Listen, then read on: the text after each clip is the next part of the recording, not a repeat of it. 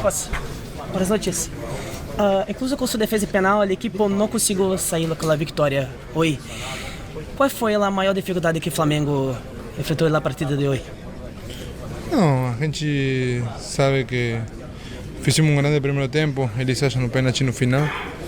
Consegui defender, consegui deixar quizás o placar em zero, mas depois começa o segundo tempo, eles acham um contra-ataque onde eles acham o gol e a gente aí começou também no desespero de ir para cima, de procurar o empate, mas deixando quizás mais espaços para eles e depois eles acham o segundo gol.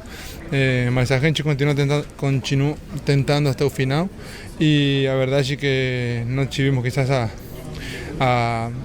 quizás na concentração no último terço do campo para poder fazer um gol e ficar quizás mais perto do empate ou que seja, mas é assim, o futebol é assim, hoje a gente perdimos um clássico e assim, amanhã pensar no jogo domingo que vai ser muito importante para nós. Rossi, vocês, o Flamengo acabou perdendo esse jogo e tem um jogo importante no próximo domingo da Copa do Brasil. O adversário, que é o Corinthians, venceu a partida hoje do Brasileiro. Quanto esse resultado negativo pode influenciar positivo ou negativamente para a próxima partida? Não, acho que não tem que influenciar porque o jogo de hoje já acabou, o domingo é um novo jogo. Eles conseguiram vencer, sim, mas a gente sabe que em 3 dias o jogo do domingo é especial, é um jogo particular, onde a gente sabe que a gente está com um placar na vantagem de 1-0, então sabemos que vai ser um jogo duro, mas temos que pensar em melhorar, em descansar e ficar concentrado para o domingo, que é uma final para a gente e a gente vai jogar como qual. Último. Nossa, pergunta para você. Por que mesmo tendo tanto tempo para treinar, o Flamengo hoje teve tanta dificuldade ao jogar com o Fluminense, que é um time que joga no reativo e proativo? Não, acho que a gente teve a possibilidade de treinar muito tempo. A verdade é que a gente também, pela data FIFA, a gente perdeu jogadores importantes que quizás vinham jogando de titular, como Nico, como Pulgar, Arrasca. Mesmo quizás também é difícil também treinar com um treinador novo, muito tempo. Eira derruba Marquinhos na área. E com auxílio do VAR, o pênalti é marcado. Ganso vai para a cobrança, chuta fraco e Rossi defende. O camisa 10 perde a única chance clara do Fluminense na etapa inicial. Até ali, o Flamengo era melhor. O time rubro-negro tinha desperdiçado oportunidades como essa do Bruno Henrique, que o Fábio defendeu. No chute do Alcaraz, o goleiro fez golpe de vista. A bola foi na trave e por pouco não entrou. A pressão rubro-negra deu uma trégua e voltou com o Gabigol quase completando o cruzamento do Wesley. Jogando de volante, Ortiz também teve uma oportunidade e carimbou Thiago Santos. O segundo tempo começa a volta por cima do Ganso, com um passe de calcanhar que deixa o Cauã Elias livre e desmonta a marcação do Flamengo. O garoto vai ao fundo e cruza para o Lima fazer um gol como centroavante. Logo criticado polivalente tricolor.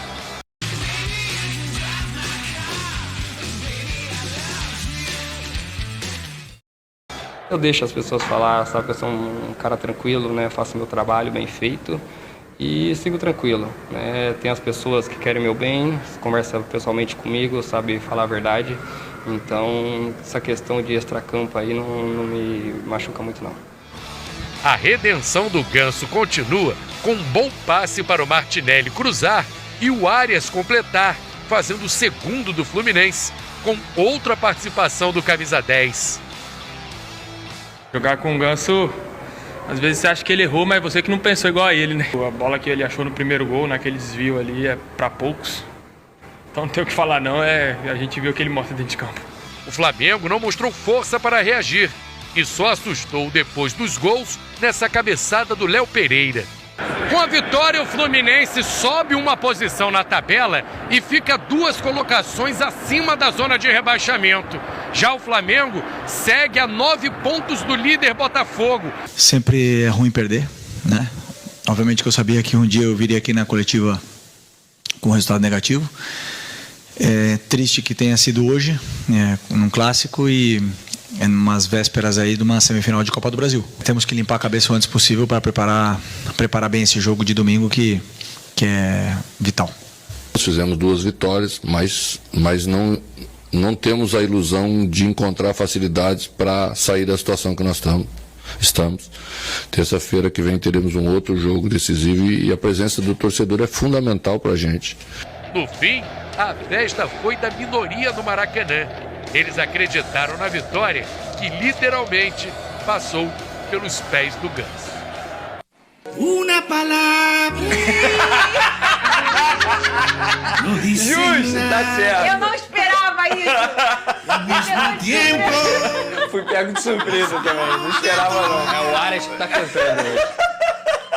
Ai, meu Deus do céu, Vene Casagrande. E o Ganso é o maestro. O Ganso é o maestro. Boa tarde, Vene, Boa Lucas tarde. Pedrosa, Boa você tarde. de casa. Oh, meu Deus, o que Apesar é do gostoso? Alan, boa tarde. É o que... Olha, gente, ele tá mal criado Mas pelo hoje. menos ele testou. Primeira vez que o Alan joga mal. Só não precisava testar 90 minutos, meu Pedrosa. 90 minutos. Ele não tem pô. seta. Nos sites ele tá sem a seta do lado. Hoje me perguntaram, Vene, 90 minutos do Alan ou perdeu o dedinho do pé? Pô, dedinho do pé, pra que 5? Olha, vou ter que filtrar esse menino hoje, Pedrosa. Ele tá nervoso, ele tá mal criado. Vamos lá, vamos falar. Boa tarde, Vene Casagrande, Boa tarde. Lucas Pedrosa, você de casa. Nada melhor do que um clássico regional pra esquentar o futebol carioca. Depois de uma data FIFA, o negócio fica meio morno. Agora a gente tem assunto e assunto demais. Ô, Cris, você tá feliz, Cris? Oh, meu Deus. Lucas Pedrosa, um bom desempenho do Fluminense, que tem algumas peças que dão um brilho a mais. E ontem essa peça foi o Ganso, né, ô Pedrosa? Perfeito. Primeiro tempo, o Flamengo acho que foi superior ao Fluminense, teve um pouco mais de oportunidade. O Fluminense conseguiu equilibrar até os 20 minutos ali, mas dos 20 aos 35 até os 40, o Flamengo teve chance de abrir o placar. O Fábio ali se atrapalhou em algum momento, em outras ele salvou. E o Fluminense teve um pênalti logo no final do primeiro tempo, um pênalti que é bem discutível, para ser muito honesto. E o Ganso perde esse pênalti, o que teria tudo para o Flamengo crescer na partida. O Rossi consegue a defesa, só que no segundo tempo foi completamente diferente. Parece que o pênalti que o Ganso perdeu ligou o alerta dele e ele conseguiu participar de 2 formas espetaculares. A primeira, um passe ali de chaleira para o Cauã Elias. O Cauã Elias também é outro jogador extremamente importante nesse time do Fluminense. E aí o Cauã Elias consegue fazer a jogada pelas pontas, que é um centroavante, mas sabe muito bem fazer essa diagonal pelas pontas e acha o Lima para fazer o gol. O Lima, inclusive, um jogador muito subvalorizado dentro do cenário do futebol brasileiro. Sempre que o Fluminense precisa, o Lima tá fazendo o gol. E depois dessa jogada aí também, eu quero destacar a partida do Martinelli, porque se você for pegar a jogada lá do início, quem inicia tudo é o Martinelli e ele consegue não só infiltrar para poder fazer o passe, mas também dar a dinâmica necessária depois da pré-assistência do Ganso. E aí o Aras, que é o grande jogador do Fluminense, para mim é o craque desse time. É lógico que o Ganso é um gênio, mas o motorzinho desse time é diferente, é o Aras. Ele entra no segundo tempo e ele acaba com o jogo. 2-0, o Fluminense depois só controla, o Flamengo se perde bastante no segundo tempo, uma atuação bem bagunçada na etapa final, diferentemente do que foi a primeira etapa. É claro que a gente tem que lembrar que as duas equipes estavam desfalcadas, mas ontem, se for para finalizar, se for para resumir o jogo, o Maracanã, ele agradeceu ao futebol de Paulo Henrique Ganso, porque lembrou os grandes camisas 10 da história e o Paulo Henrique Ganso é sim um dos grandes camisas 10 do futebol carioca. Vene, na escola, você já recebeu do amigo, enfim, aquela cartão postal que vem a foto de um lugar bonito? Você já recebeu? Já. Então, eu não sei, eu acho que o Cris viajou, acho que foi na Tijuca, Maracanã, uma coisa assim. Aí ele tirou uma foto de um momento mágico e mandou eu separar pra você. Cadê? Cadê, Vai, Cris? Coloca pro Vene Deita e Casagrande. rola hoje, Cris, vai Cadê, lá. ó, cadê? O Cris separou o cartão postal pro Vene Casagrande, ô Cris? Fala aí comigo, Cris, pra eu não ficar sem saber. A bola até escapou aqui, que ele tá nervoso. Só o framezinho aqui, ó. Pode botar aqui na tela, no meu telão aqui, ó. Essa aqui. Não é o Cristo, né? Não, não é. Não é. Pão de Fica açúcar. na Tijuca. Fica lá na Tijuca, isso aqui. Pão de açúcar não é? Não, é lá no Maracanã. É Lagoa. Não, Nada. foi na Lagoa. Foi Mas em cima tem o da Ganso. Lagoa, mas não é a Lagoa. A Lagoa tá aqui, ó. Entendeu? Vocês estão que estão hoje. Pô, tomaram pré-treino, pô? Eu, hein? Vene, Quer um chazinho, Vini? Olha ali. Cara, eu tô muito de boa. Ele sempre Eu fala tô isso, muito né? de boa, gente. Ô, Vene Casagrande. A minha preocupação é domingo. Mas o adversário do Flamengo jogou mal ontem. Né? O Corinthians só ganhou Só de 5. Ai, não, mas... Ô, Vene, vamos falar do Flamengo Vamos. agora? O Pedrosa trouxe aí um olhar do Fluminense. Eu quero que você traga um olhar do Flamengo. Existe ainda, eu acho, uma expectativa alta em cima do Felipe Luiz. Mas ontem o desempenho do Flamengo, acho que o torcedor esperava um pouquinho mais. A gente nunca usa essa palavra culpa aqui nesse programa, né? Porque eu acho que nunca é culpa só de uma pessoa. Mas você acha que ontem foi muito pelo brilho dos jogadores que estavam um pouco abaixo ou talvez erros de escolhas do Felipe Luiz? Um pouco de tudo, mas assim, Fernandinha, vou ser bem sincero, não tem erro de escolha. Eu acho que a escalação dele foi uma escalação até correta. Então não teve erro na escolha dele. Se a gente parar e analisar, levando em consideração que domingo tem o jogo mais importante para o Flamengo na temporada, inclusive o Flamengo olha agora a Copa do Brasil como, enfim, o único título possível. Campeonato Brasileiro, se alguém sonhava, eu acho melhor parar de sonhar porque está muito distante. Mas a escalação dele foi uma escalação correta. O que me preocupa, e repito, acho que a derrota para o Fluminense não interfere em nada em relação ao jogo de domingo. Domingo é um outro jogo, uma outra atmosfera, um outro time. Gerson vai retornar ao time titular, Arrascaeta vai voltar ao time titular, De La Cruz vai voltar ao time titular, Alexandro voltará ao time titular, Ayrton Lucas está jogando muito mal. Então, para domingo, não interfere em nada. Só que a gente precisa parar e analisar o Fla-Flu. O que me preocupa é o seguinte... Ah, mas o time estava desfalcado. Beleza, mas foi esse time que o Felipe Luiz trabalhou durante 8, 9 dias, durante a data FIFA. Eu esperava muito mais de vários jogadores. Vou dar um exemplo. Eu esperava muito mais do Gabigol, inclusive na parte física. E o Gabigol foi um dos piores jogadores em campo. Fez uma péssima partida. Nesses últimos 4 jogos como titular, o Gabigol tem mais impedimento do que finalização a gol. Então, de fato, não está justificando a titularidade dele. O Alan, achei correto ele começar com o Alan, eu só achei errado ele manter o Alan durante 90 minutos. Ele poderia ter botado o garoto Everton Araújo. Ele poderia ter percebido que o Léo Ortiz, como volante, não estava rendendo ao lado do Alan. Poderia ter recuado o Léo Ortiz, poderia ter tirado o próprio Léo Pereira, que fez uma partida terrível. E para mim, o Fabrício Bruno não pode ser reserva nesse time. Se ele quer botar o Léo Ortiz, o que eu acho correto, que bote ao lado do Fabrício Bruno. Qual é o problema de botar os dois juntos? Entrosamento não é, porque os dois se conhecem desde a época do Red Bull Bragantino. E o Léo Pereira tá jogando muito mal, inclusive marcou um pênalti. Ele fez um pênalti totalmente infantil, na minha visão foi pênalti, não tem nem discussão. Então, a atuação individual de alguns jogadores me preocupam, porque, repito, foi esse time que o Felipe Luiz trabalhou durante 8, 9 dias. E aí, o meu questionamento à diretoria é o seguinte, para que fretou um avião, sendo que os jogadores nem foram utilizados? E a gente pôde ver um John Ares que voltou num avião sem ser fretado, chegou na noite anterior à partida e resolveu o jogo. Então, são várias coisas que a gente pode fazer críticas, mas em relação ao domingo, eu acho que é uma outra situação, uma outra atmosfera, uma outra mobilização que a gente sabe que esses jogadores, para a partida de mata-mata, eles entram em campo com ânimo, com um astral diferente, e tem sido assim há muito tempo. Então, analisando o Fla-Flu, acho que o Flamengo foi muito abaixo, eu esperava muito mais do time que entrou em campo. Mas para domingo, para mim, não tem nada a ver, não muda nada. Eu acho que o Corinthians ganha muito mais com o resultado de ontem de uma maneira positiva do que o Flamengo de maneira negativa, porque, repito, será um outro time em campo. Com o Gerson em campo, o meio-campo é totalmente diferente. Falar nisso, para quem não sabe, essa questão do Corinthians, o Corinthians ontem encontrou o Atlético Paranaense, venceu por 5-2, um jogo cheio de emoção, né? Vai, faz gol, empata e vira e não sei o quê. Empurra o Atlético Paranaense para a zona de rebaixamento, né?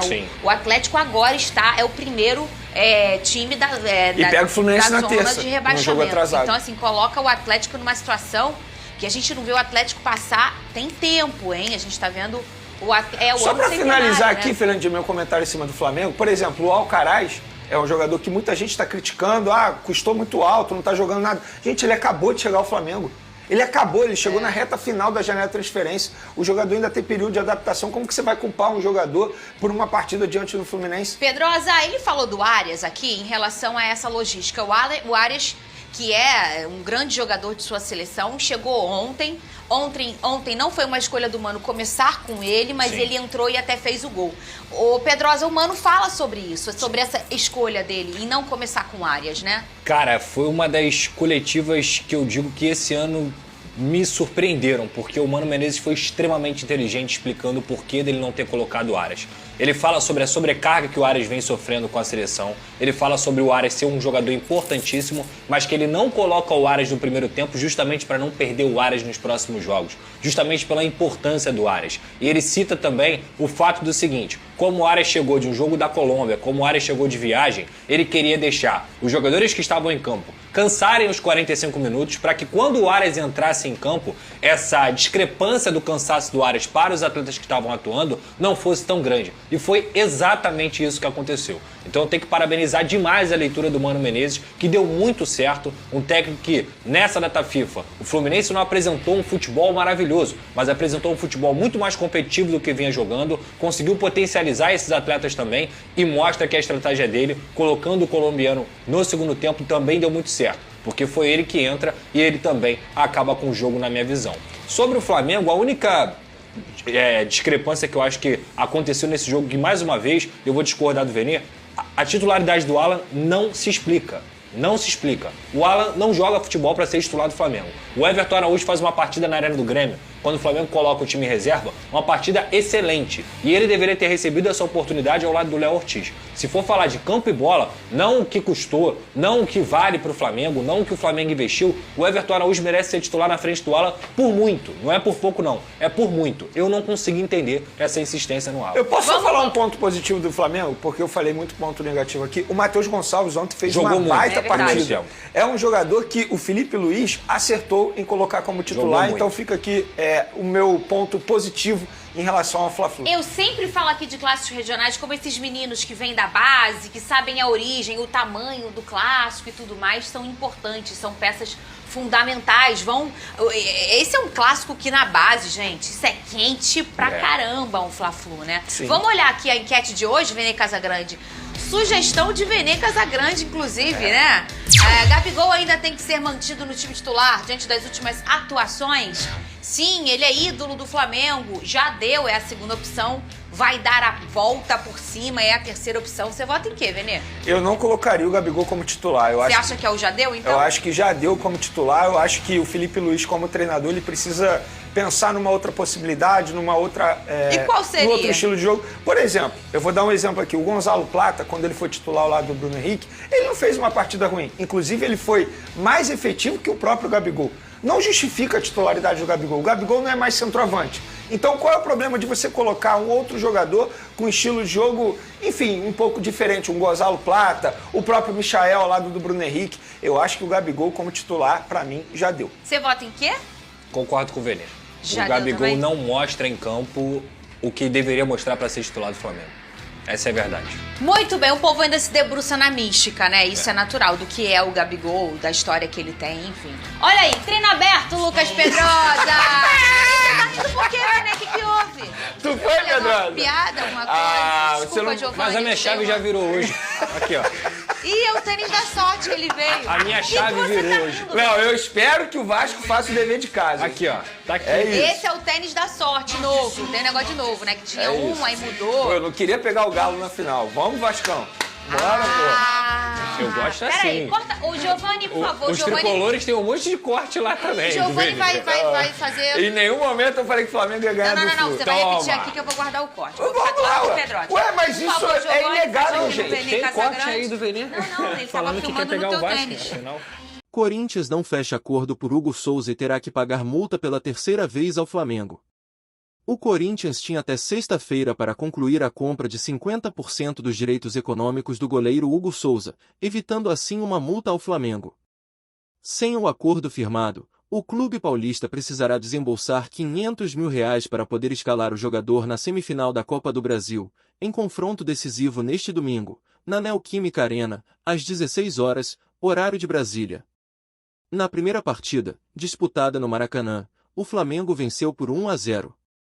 A presença de Hugo Souza é vista como essencial pelo Corinthians, especialmente após a derrota no jogo de ida. O goleiro foi peça-chave no primeiro confronto, evitando um placar mais amplo, e pode ser determinante caso o confronto se encaminhe para a disputa de pênaltis. Até agora, Hugo já defendeu 4 penalidades com a camisa do Timão, desempenhando um papel crucial nas campanhas da Copa do Brasil e da Sul-Americana. Emprestado até o fim do ano, o goleiro poderia ter sido adquirido em definitivo desde o dia 10 de outubro. O Corinthians demonstrou interesse em comprá-lo, mas encontrou dificuldades para provar a garantia financeira apresentada ao Flamengo. Para concluir a aquisição, o clube paulista precisa pagar 800 mil euros, cerca de 4,8 milhões de reais, em 4 parcelas, com vencimentos previstos para janeiro e julho de 2025 e 2026, além de obter a aprovação de um fiador. A proposta apresentada pelo Corinthians envolvia o mesmo fiador utilizado em uma negociação anterior pela compra do lateral Mateuzinho. No entanto, o Flamengo recusou essa garantia, o que impediu a conclusão do negócio a tempo de evitar a multa. Sem um novo contrato registrado, o Timão terá que pagar mais 500 mil reais para utilizar Hugo Souza no jogo deste domingo. Essa será a terceira vez que o Corinthians pagará a multa ao Flamengo para contar com o goleiro em campo. O clube já precisou desembolsar o valor anteriormente para usá-lo na vitória pelo Brasileirão e na primeira semifinal da Copa do Brasil. Caso o Timão atrase o pagamento após o jogo de domingo, poderá comprometer a negociação definitiva pelos direitos econômicos do jogador. O prazo para que o Corinthians e o Flamengo finalizem o acordo é 30 de novembro. Até lá, os valores acordados permanecem válidos. Se não houver entendimento até essa data, as conversas precisarão ser reiniciadas do zero. Mesmo com as dificuldades, a diretoria corintiana acredita que cumprirá todas as exigências e honrará o contrato de empréstimo, iniciando os pagamentos previstos a partir de janeiro de 2025. Hugo Souza, que negocia um contrato de 5 anos com o Corinthians, receberá uma valorização salarial significativa, se tornando um dos jogadores mais bem pagos do elenco. O acordo também prevê o pagamento de luvas e comissões, diluídas ao longo do vínculo, reforçando o compromisso do clube em tê-lo como peça importante para o futuro.